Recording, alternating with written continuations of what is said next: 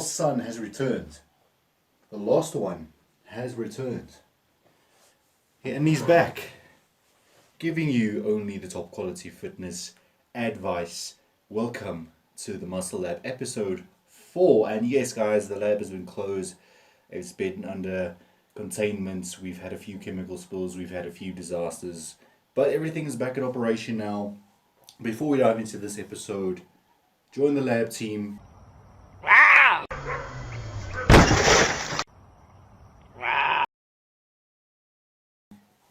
Get your Success in Reps merchandise in the link in the description of this video. And yeah, man, let's dive into today's topic. So interestingly, today's topic is about progressive overload. Now, Estian, what on earth is progressive overload? I'm just starting out in the gym. I don't know all of these scientific terms. No worries, I got you. Progressive overload simply means continuously challenging your body's ability.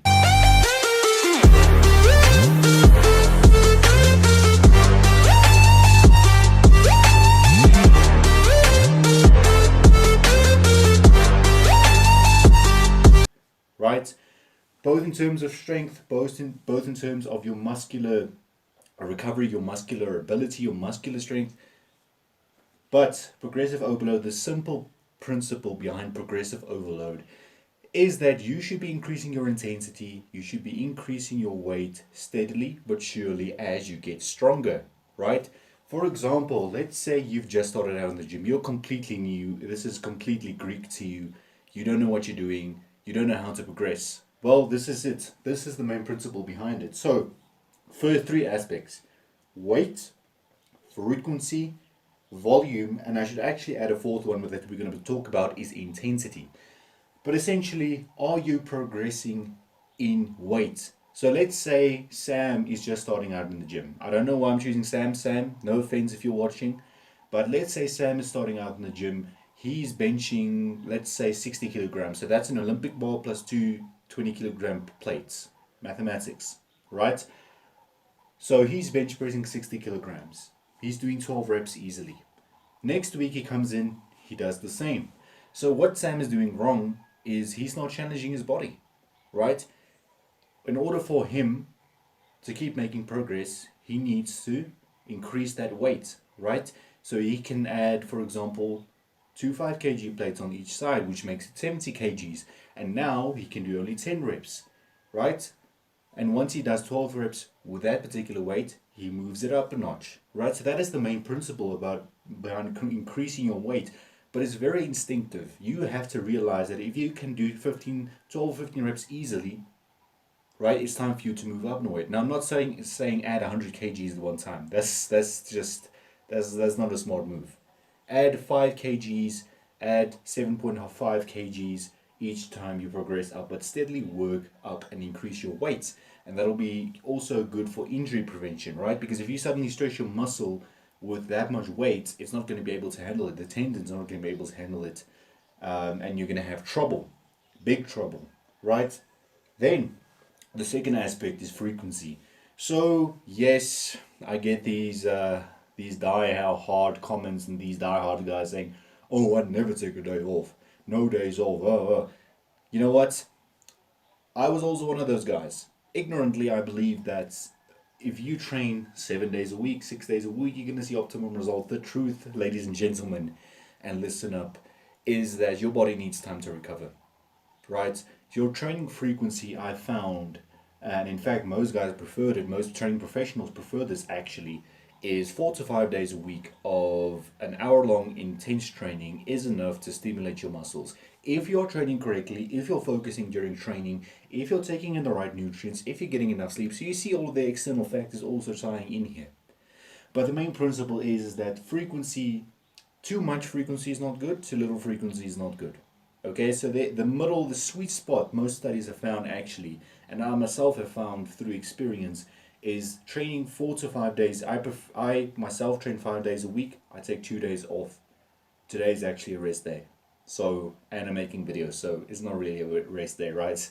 But yeah, 4 to 5 days a week. Keep your frequency around 4 to 5 days a week. Some people can do 6, but I mean, you're gonna kind of stretch it.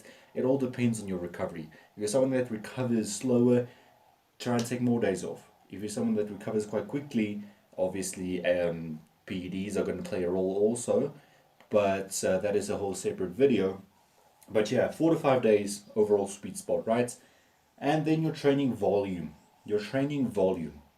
And this depends again on your training intensity. So, how do you increase your training volume to still make progress you need to make? Well, that comes down to that is something that you'll find out with experience. But essentially, let's say I'm having a chest day. Let's say you're having a chest day. I believe that 4 to 5 exercises or 4 to 5 sets of each exercise is enough to stimulate the muscle to grow. Okay, that all depends obviously on the size of the muscle as well. The chest is a relatively small muscle compared to where the quads are a relatively large muscle, so you would need to, hammer them with a bit more volume and a bit more intensity in order to stimulate them, right? So volume is something that you're gonna, but the point of this is, and the last point that we're getting to is intensity. So you can either have lower volume and higher intensity, but it's very difficult for you to have high volume and high intensity at the same time. Just think about it, it makes logical sense. You can train intense for an hour, sure, but give it 2 hour shots. Are you going to be able to train at your maximum intensity for 2 hours? Excuse me. No, you're not going to be, right? And this is where I say rather chop your sessions down to 45 minutes to an hour, very intense training, get in, get out. As simple as that. Apply the principle of progressive overload, and your progress curve should look something like that, right?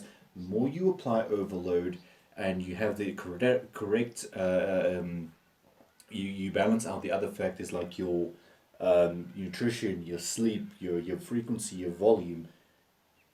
An increase in overload or improvement in overload is going to result in an increase or an improvement in your progress in the gym.